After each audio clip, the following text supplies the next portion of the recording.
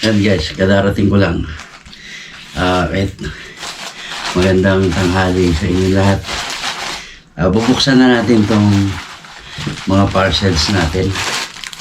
Yan, galing ito kay Ma'am Cristina Lopez. Ito. Shoutout sa iyo, ma'am. Tapos ito, kay Sir Romer from Ilocos Norte. Shoutout po sa inyo mga taga Ilocos Norte. Ito si ma'am, taga saan ba ito?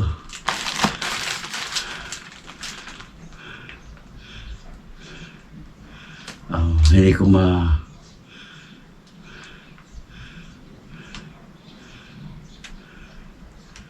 Lambayaw. Ayun, hindi ko masyadong mabala. Anyway, ililista ko na to. Tapos, ayan, lilinawin ko yung kay Ma'am Cristina muna.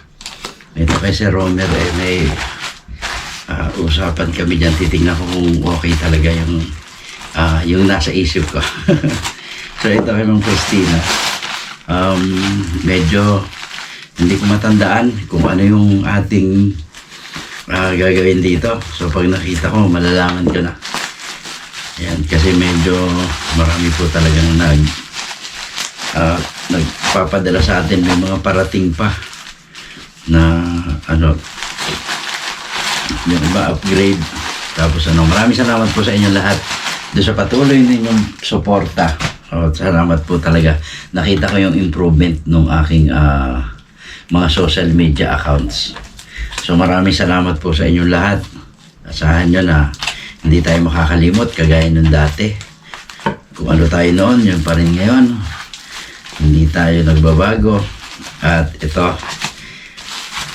handa tayong magserbisyo kahit na medyo paminsan-minsan ay talo. Ayan.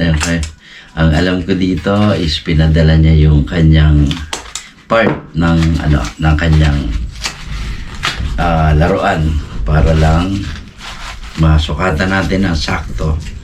So yun yung ko dito. So iba kasi yung type ng kanyang receiver. Although parehas halos din yan ng ating mga yung tatak nito halos parehas din pangkaraniwan. Ayan. Ito ay H2O. Yan, ito yung kanyang firing pin. So, iksi naman. So, ito lang yung pinapalo. Iksi, no? So, talagang limited. So, bumabangga dito yung kanyang hammer. So, malaki rin yung hammer. Kasi tingnan nyo. So, dito tayo magagawa. Ito, nakapasok sa receiver niya. Itong, para namang rin, kasi regulated din to. Ayan, may note yata. may si Ma'am Cristina. So, titingnan natin. Excited akong mabuksan na yun. Although, regulated to, mas maganda kasi, yan, ganyan. Ipadala sa akin yung dulo na to. Kasi karamitan ng ating laruan, meron yan. Para saktong-sakto. Hindi yung sasabihin nyo sa akin na, ay, hindi maganda pagkagawa kasi kailangan ko pang i-adjust. Adjustable po kasi pinapadala natin eh. Meron ganyan sa sa Shopee. Gusto niya saktong-sakto. Kung saktong-sakto ang gusto, dapat ganito. Ipadala niyo sa akin to. Ipadadala ko to. Ayun, ganyan yung position niyan eh. Ipadadala ko to. Saktong-sakto talaga. So, ayan, may note siya. Kaya mas maganda. Ito, nandito na. Nandito na yan. So, hindi na ako mag-iisip, kaya sabi ko sa inyo, madaling malaman pag nabuksan eh.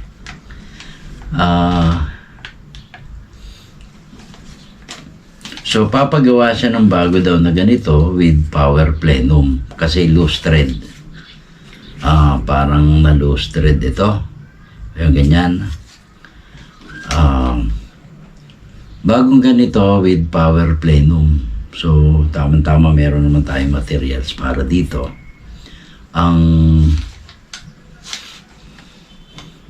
Yan.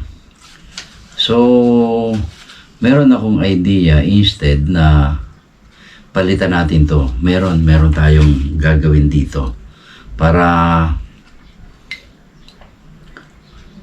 ayun, para hindi natin to papalitan kasi medyo mamahal yung yung magiging gastos kapag ganon. So ito gagawin ko siya. Ang ganda ng firing pin niya, liit, no? So ayan, gagawan ko to ng paraan para ma-revive yung thread niya. Hindi na naman yan na talaga ang gagamitin. Magkakaroon ng panibagong thread yan. Tapos medyo hahaba ng konti. So gagawin natin to, i-repair natin to. Kasi na-loose thread kung bakit na-loose thread to. Dapat kasi hand tight lang naman yan So ayan, second, complete repair nito, that look brand new, standard M18 mga thread nito, tama, standard na. Ito naman, hindi naman siya sira ito, no? Okay siya. Dito lang loose thread, ayan, nakita ko, loose thread siya rito.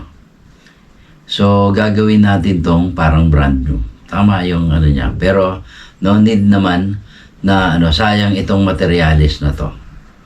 So dito lang maliit yung sa bagay, firing pin lang naman yan ang dapat. Kung gustong medyo mahaba. Kasi maiksi ito. Maiksi yan. Sa totoong maiksi ito. So ganoon, ito kasi is painted lang, hindi siya, I think it's not anodized. So gagawin natin yan. Anyway, madali lang naman gawin to dapat Kaya lang, since wala yung pinagkakabitan nito, hindi natin alam yung magiging position nito pagdating do sa Ngayon, ito yung gagawin natin. Yung power plenum natin, itatama natin dito as in Tapos dito, napansin ko, dito siya ito, binibigyan ko na kayo ng tip dito ito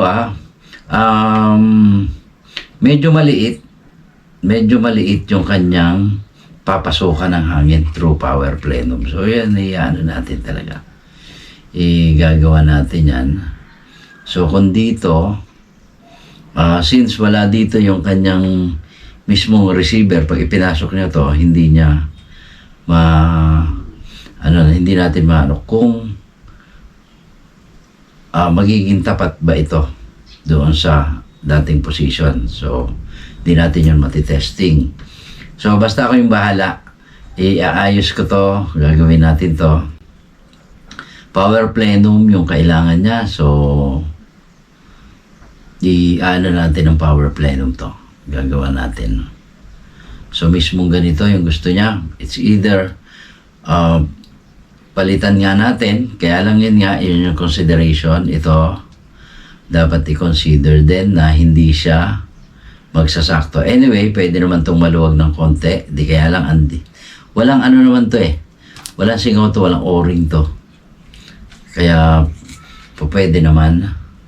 Pero dito it's either magre-repair ako o mag-aayos nitong Pero advice ko,